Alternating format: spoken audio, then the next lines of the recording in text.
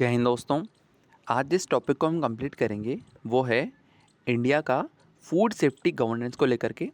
Food safety का यहाँ पे मतलब होगा कि कैसे यहाँ पर जो स्ट्रीट फूड है वो टेस्टी ज़्यादा हो गया, लेकिन हाइजीन यहाँ पे बिल्कुल नहीं रहा।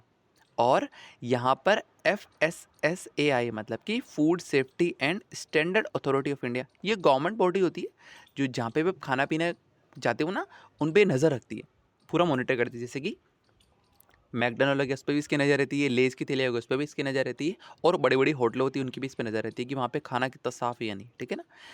लेकिन जो स्ट्रीट फूड है, आपके यहाँ पे जो ठेला चला करके पानी पूरी बेचता है ना, क्या उस पर FSSAI की नज़र होगी? बिल्कुल नहीं होगी। तो इसलिए इसका टेस्ट तो बहुत बढ़ गया, लेकिन इसकी हाइजीन लेवल कम होगी। लेकिन यहाँ आर्टिकल में क्या कंपेयर किया है, जो हमारा प्रोसेस फूड है, मतलब कि लेज़ वगैरह, लेज़ की जो चिप्स की थैली आती है ना, वो वहाँ पर टेस्ट चाहे बढ़ा ना बढ़ा, लेकिन हाइजीन लेवल काफ़ी बढ़ गया।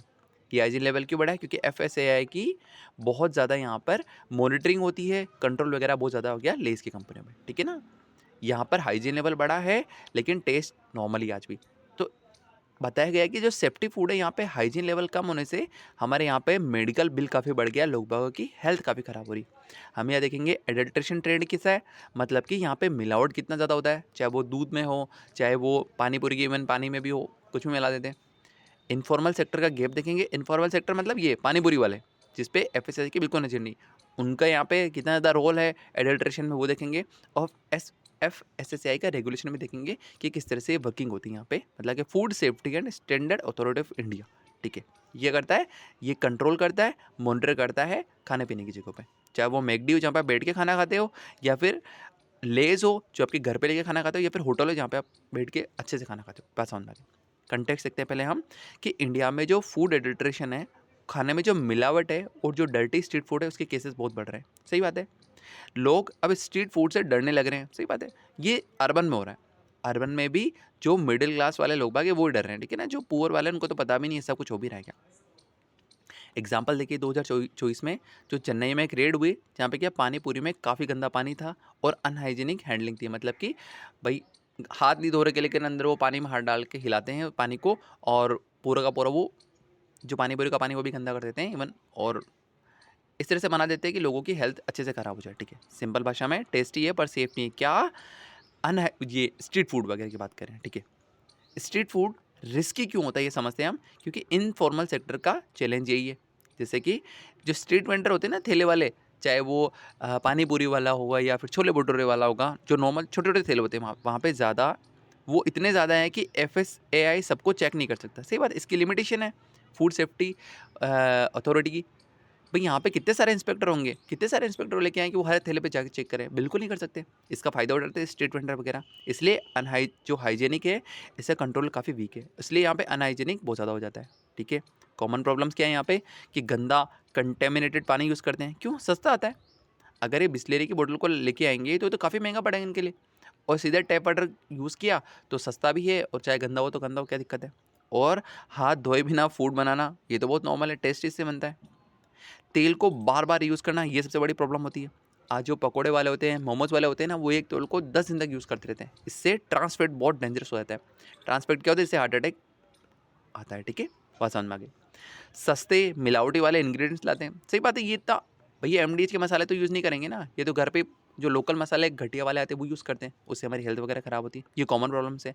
पहला, इनफॉर्मल सेक्टर का चैलेंज है कि FSA सबको चेक नहीं कर पा रहा। सेकंड क्या प्रॉब्लम है? सस्ता काम करते हैं, गंदा पानी यूज़ कर लेंगे, घटिया इंग्रेडिएंट यूज़ कर लेंगे, इससे हमारी हेल्थ ख़राब होगी। सेकंड क्या, और क्या होगा? पब्लिक हेल्थ की बहुत इंपैक्ट होती है यहाँ पे। जैसे कि इंडिया में हर साल करीबन 10 करोड़ लोग बागों को खाने वाली प्रॉब्लम हो जाती, कि कुछ गलत खाया और पेट दुखने लग गया या फिर परेशानी हो गई। 10 करोड़ लोग बागों को खाने से रिलेटेड इलनेस हो रही है, और करीबन 1.25 लाख लोग बाग इससे ही इस डेथ से हो जाते हैं कि खाने गलत खाना खा लिया, वो लास्ट में उनकी डेथ हो जाती है। ये किसका एस्टिमेट है? ये ORF मतलब ऑब्जर्वेशन रिसर्च फाउंडेशन का, ठीक है। मेजॉरिटी केसेस ये किससे होता है? इनफॉर्मल फूड से होता है। इनफॉर्मल फूड मतलब कि बस स्ट्रीट वेंडर से खा लिया, जहाँ पे FSA का कोई भी रेगुलेशन वगैरह नहीं है। भाई पानी पूरी खा ली आपने, छोले भटूरे खा लिए, मोमोज खा लिए, FSA वहाँ चेक करते कि बिल्कुल चेक नहीं करते, कुछ भी बनाओ कुछ भी खाओ। मतलब कि स्ट्रीट फूड का टेस्ट सही है पर सेफ्टी बिल्कुल नहीं है यहाँ पे। सही बात है। अब यहाँ पे पैकेज फूड की बात करते हैं। पैकेज फूड मतलब भाई लेज़ की थैलियाँ होती है, ठीक है ना, जो पेप्सी को बनाती है, पेप्सिको ही ऑनर है लेज़ वगैरह की, या फिर हल्दीराम का वो पैकेट वाला फूड भी आता है, वो 180 रुपये की कुछ थाली आती है, ठीक है ना, जिसमें कि यहाँ कुछ सब्जियाँ होती है या कुछ रोटी होती है, कुछ चावल वगैरह कुछ इस तरह आता है। मैंने तो ऑनलाइन देखा है यहाँ पे सारी चीज़ें, ठीक है ना। तो इनको पैकेज फूड बोलते हैं, सही है। यहाँ पे स्ट्रॉन्ग रेगुलेशन है, पैकेज फूड होता है, एफएसएस की स्ट्रिक्ट रूल्स को फॉलो करना पड़ता है इन वाली कंपनियों को, चाहे पेप्सिको चाहे हल्दीराम, इनको इन पे डेली नज़र होती है कि हाँ कि इनका यहाँ मॉनिटरिंग होती है, कंट्रोल होता है एफएससीआई का कि अब खाने को किस तरह से बना रहे हैं, कहीं खाने में मिलावट तो नहीं है, कहीं खाना गंदा तो नहीं है। तो स्ट्रॉन्ग रेगुलेशन है, तो इसलिए पैकेज फूड काफ़ी अच्छा होता जा रहा है अब यहाँ पे।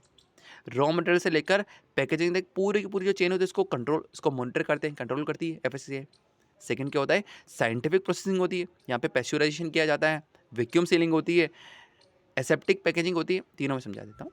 पेस्चराइजेशन क्या होता है, जैसे कि मिल्क लेके आते हैं ना, अमूल का वो टेट्रागोल्ड आता है ना, सर याद नहीं आ रहा कैसा होता है, मैं बताता हूँ भाई। जो वो बिग बॉस में अमाल पीते हैं ना दूध वगैरह, है ना, तो आपने देखा वो अमूल लिखा होता है लेकिन वो एक डब्बे में आता है, उसको पेस्चराइज्ड मिल्क बोलते हैं। इसकी क्या है ना, ये 6 महीने तक दूध खराब नहीं होता है, लेकिन आपके घर में दूध लेके आएंगे तो 3 दिन में खराब हो जाता है। ऐसा क्यों हो रहा है, इसको पेस्चराइज कर दिया गया, मतलब कि ये जो दूध अमूल की फैक्ट्री में गया ना किसान के घर से, तो इस दूध को हल्का सा गर्म करते हैं, इतना गर्म कि जम्स मर जाए, इसको फटाफट बहुत ज़्यादा ठंडा कर देते हैं। इससे क्या होता है, इसमें जम्स में मर गए और इसकी शेल्फ लाइफ बढ़ जाती है। शेल्फ लाइफ मतलब कि ये 6 महीने तक दूध खराब नहीं होगा। थोड़ा सा गर्म किया और बहुत ज़्यादा ठंडा करते हैं, इसको पेस्चुरेशन प्रोसेस बोलते हैं, जिससे जम्स में मर जाते हैं सारे, और इसकी शेल्फ लाइफ मतलब कि ये भी 6 महीने तक खराब नहीं होगा, इसको बोलते पेस्चुरेशन बोलते हैं। समझ में आ गया, बिल्कुल आ गया। वैक्यूम सीलिंग होती है, जिससे कि मॉइस्चर और ऑक्सीजन को बाहर निकाल देते हैं। देखो अगर मॉइस्चर रह गया, आपकी लेज़ की थैली में मॉइस्चर रह गया, पानी रह गया, तो वो खराब कर देगा। आप हल्दीराम के जो लेके आ रहे हैं ना फूड वगैरह, ये जिसमें कि 3 सब्जियां होती हैं, यहाँ पे चपाती होती है, चावल होते हैं, इसमें अगर पानी की बूंद रहेगी ना अंदर की तरफ, तो ये पूरे खाने को सड़ा देगी, बदबू मार देगी। और लेज़ की थैली आपको जो 1-1 साल चलती है, उसमें पानी रह गया तो पूरा का पूरा लेज़ के अंदर फंगस हो जाएगी। इसलिए मॉइस्चर को बाहर निकालते हैं, इसको बोलते हैं वैक्यूम सीलिंग। ऑक्सीजन को बाहर निकालते हैं। देखो अगर ऑक्सीजन रहेगी अंदर की तरफ तो बैक्टीरिया आराम से ग्रो करेंगे, तो इसलिए ऑक्सीजन को बाहर निकालते हैं ताकि बैक्टीरिया ग्रो नहीं हो, ताकि खाना सेफ रह जाए। एसेप्टिक पैकेजिंग क्या होता है भाई, आज आपने रियल जूस देखिए ना, रियल जूस का क्या आता है, रियल जूस का ऐड आता है कि हमने 6 लेयर की पैकिंग है हमारे इस पे। 6 लेयर से क्या होता है कि जम्स वगैरह अंदर नहीं आ रहे, इससे जम्स मर गए, इससे जम्स को एनवायरनमेंट नहीं मिला, और इससे बाहर वाले जम्स अंदर नहीं आ पाते हैं। बात समझ में आ गई। इसे बोलते हैं साइंटिफिक प्रोसेस यूज करते हैं, जिससे कि जम्स वगैरह पूरा फ्री हो जाता है। ये जम्स को हटा देते हैं और शेप लाइफ बढ़ा देते हैं। सारी चीज़ समझ में आ गई।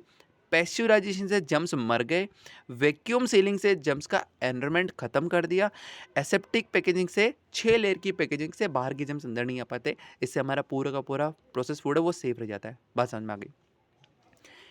ट्रांसपेरेंसी, क्या पैकेज फूड को समझ रहे हैं हम। स्ट्रॉन्ग रेगुलेशन है एफएसएसआई के, साइंटिफिक प्रोसेस है।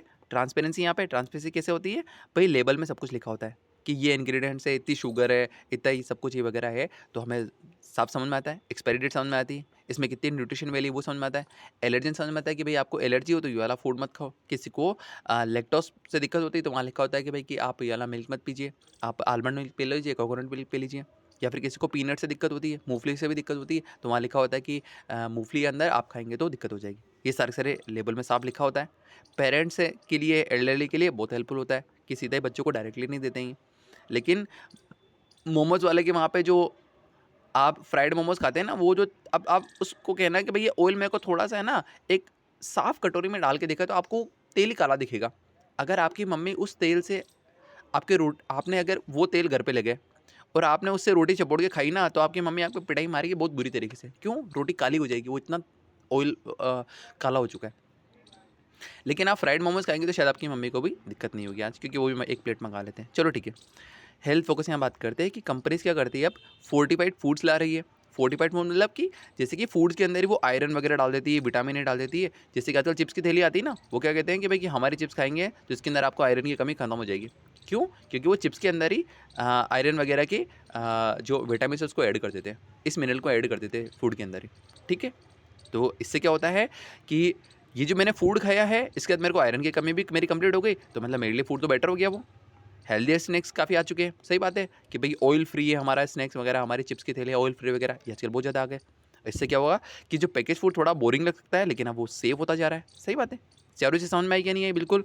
पैकेज फूड जो होता है ना, देखो अगर आज एक अपने यहाँ पे अपने इसमें चीज़ भी क्या कहते हैं, फूड प्रोसेसिंग सिस्टम है अपने यूपीएससी के सिलेबस में, तो ये चारों पॉइंट तो बिल्कुल लगाओ ना इसमें। स्ट्रॉन्ग रेगुलेशन है, साइंटिफिक प्रोसेस है, ये तीनों मैं समझा ही दिया, पर्स्यूरेशन, वैक्यूम सीलिंग, एस्थेटिक, ट्रांसपेरेंसी है और हेल्थ फोकस है। ये चारों चीज़ को हमेशा ऐड करो और ये तो मेरे सब समझ में आ भी गया होगा, इतना सिंपल है। तो गवर्नमेंट क्या कर रही है यहाँ वो भी हम देखते हैं। सेफ्टी स्ट्रीट फूड सेफ्टी के लिए ट्रेनिंग करवा रही है, सर्टिफिकेशन दे रही है।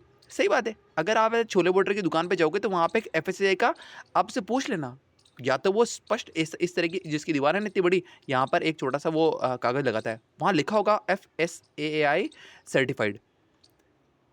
इससे क्या होगा कि वो छोटी सी दुकान को भी सर्टिफिकेशन मिल चुके, हाँ यहाँ पे खाना सेफ होता है।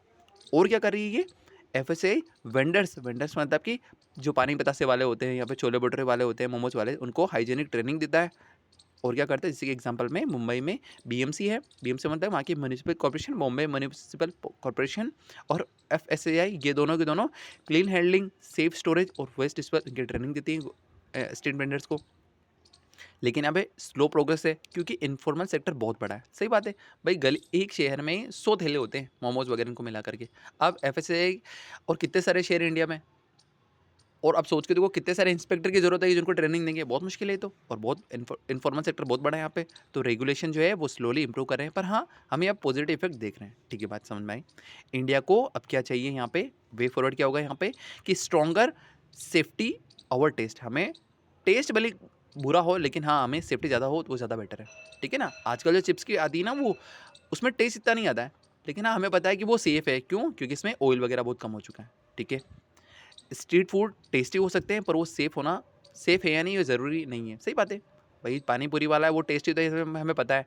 मोमोज़ वाला बिल्कुल टेस्टी है वो हमें पता है, लेकिन वो सेफ़ है या नहीं ये तो गारंटी नहीं है ना। इसलिए गवर्नमेंट ने क्या किया कि नेशनल प्रोग्राम्स कुछ बनाए, जैसे कि ईट राइट इंडिया और क्लीन स्ट्रीट फूड हब्स वगैरह, इस तरह के प्रोग्राम चल रहे हैं जिससे कि लोगों में अवेयरनेस बढ़े कि हाँ, आप ऐसी जगह पे खाना मत खाइए जहाँ पे कि FSAI सर्टिफाइड नहीं हो वगैरह वगैरह, और जहाँ पे काला वाला तेल बार बार इस्तेमाल करते हैं इस जगह नहीं खाना चाहिए क्योंकि ट्रांस फैट बढ़ जाता है। बात समझ में। पब्लिक हेल्थ की प्रायोरिटी रखी गई है कि स्ट्रीट फूड हमारी कल्चर में आ चुका है। सही बात है, हमारे कल्चर में आ गया स्ट्रीट फूड तो, पर अर्बन इंडिया को सेफ्टी फर्स्ट माइंडसेट लाना होगा, अदरवाइज बहुत दिक्कत हो जाएगी। सही बात है। और वन लाइन कोर मैसेज क्या है इसमें यहाँ पे कि फूड जो इंडिया का जो फूड फ्यूचर है वो टेस्ट से नहीं बनेगा, वो सेफ्टी से ही डिसाइड होगा। सही बात है। Thank you.